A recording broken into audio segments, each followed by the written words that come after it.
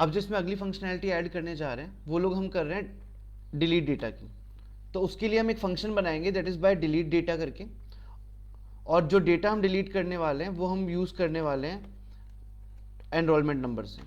हमने delete data किया, उसके बाद हमने गेट किया इसका एनरोलमेंट नंबर और चेक किया क्या एनरोलमेंट नंबर ब्लैंक तो नहीं है। वो चेक करने के बाद हमने एक मैसेज बॉक्स बनाया है, ठीक है, student ID must be required ऐसा करके।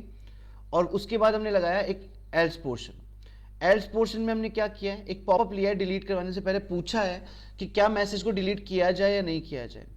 आफ्टर दैट हमने चेक किया कि डिलीट नाम के वेरिएबल की वैल्यू 0 तो नहीं आ रही है। उसके बाद हमने लिखा है हमारा कनेक्शन, एंड उसके बाद हमने लगा दिया है एनरोलमेंट आईडी के बिहाफ पे कि डेटा हमारा डिलीट किस आईडी के बिहाफ पे होगा, किस चीज़ के बिहाफ पे होगा। ये करने के बाद हमने चेक किया सेम प्रोसेस कि एल्स हमारा काम कर रहा है नहीं कर रहा है, उसके बाद हमने डेटा डिलीट कर दिया। After doing this will go to create a last function that is by the name def reset data. Reset data function के अंदर जितने भी वेरिएबल्स हमने बनाए हैं हम उन सबको ब्लैंक कर देते हैं इस तरीके से। अब यहाँ पे जो पहला मेरा है दैट इज आप चाहें तो ब्लैंक करने की जगह इनमें कुछ स्टेटमेंट या कुछ चीज़ भी लिख सकते हैं। जैसे मैं चाहूँ तो कोर्सेज मेरे हैं तो कोर्सेज में सेट करके मैं लिख देता हूँ सेलेक्ट कोर्स करके इस तरीके से, ठीक है। आप जो भी दिखाना चाहें वो पर्टिकुलर चीज़ उसमें दिखा सकते हैं या फिर आप ब्लैंक भी छोड़ सकते हैं।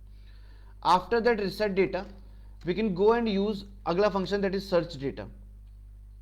सर्च डेटा, सर्च डेटा के अंदर बेसिकली हम लोग क्या करना है, सबसे पहले कॉम्बो बॉक्स हमने बनाया था, ठीक है। तो उस कॉम्बो बॉक्स या वेरिएबल के बिहाफ पे हमको वैल्यूज गेट करनी है, तो हमने यहाँ लिखा इफ और फिर लगाया self dot var combo search dot get is not equal to blank, ठीक है। एंड जो उसका दो चीज थी, एक तो इनपुट था और एक कॉम्बो बॉक्स था, दोनों ब्लैंक नहीं होनी चाहिए। अगर दोनों ब्लैंक है तो हम उसको बोल देंगे, एक ऑप्शन दिखा देंगे please select something, please select option ऐसे करके, ठीक है।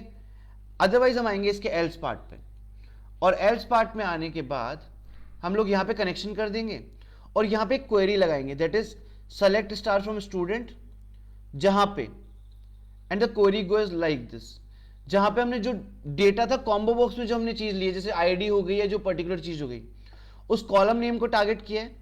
और सर्च रिजल्ट के लिए हमने लाइक ऑपरेशन लगाया है कि जो भी नाम या जो भी अल्फाबेट डाला जाएगा उसके बिहाफ पे वो सर्च करेगा। इस तरीके से हमने लाइक ऑपरेशन लगा के यहाँ पे गेट किया डेटा को। ये करने के बाद जो भी डेटा सर्च हुआ है उस डेटा के बिहाफ पे वो दिख रहा है आपको, यहाँ पे हमने टेबल के अंदर डेटा अपडेट करवा दिया है लूप लगा के, एंड सेम प्रोसेस जो हमने सेलेक्ट क्वेरी में किया था। अदरवाइज हमने एक्सेप्ट कॉल करके और डेटा दिखा दिया है।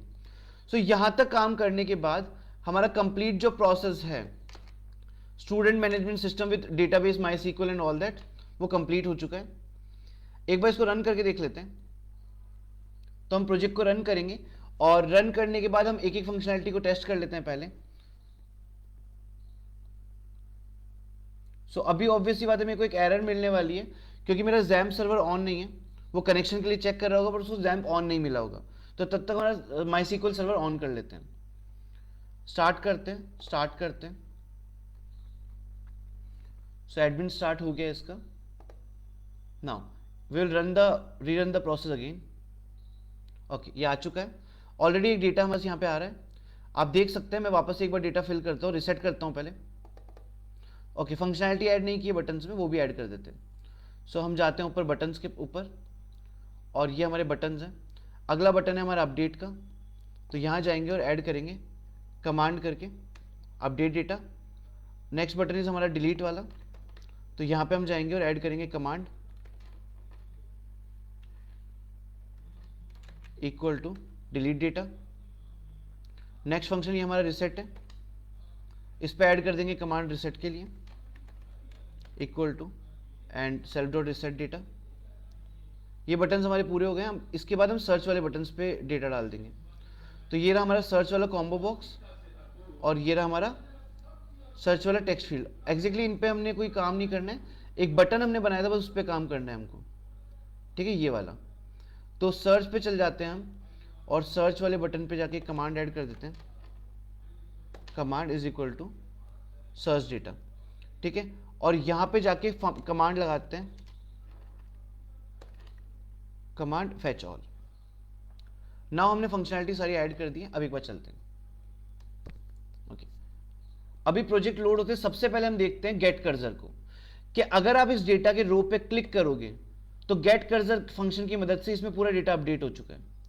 ठीक है, नाउ अगर आपको नाम चेंज करना है, कोई भी, मान लो सेक्शन था इसका बी, हमने सी किया और अपडेट पे क्लिक किया, इसने पूछा कि अपडेट करना चाहते हो क्या, डन, एंड डेटा यहाँ पे अपडेट हो चुका है। अभी स्टूडेंट का जो सेक्शन है वो सी है। रिसेट पे जाके हम सब कुछ ब्लैंक कर देंगे और नया डेटा ऐड करेंगे। एमटेक डिपार्टमेंट एनीथिंग जो भी हमें चाहिए, ईयर ले लेते हैं फर्स्ट, एंड उसके बाद फर्स्ट सेमेस्टर ले लेते हैं। स्टूडेंट का नाम कुछ भी डाल देते हैं हम लोग। आईडीएम 102 ले लेते हैं। सेक्शन हम कुछ भी चूज़ करते हैं, जेंडर हम मेल ले लेते हैं।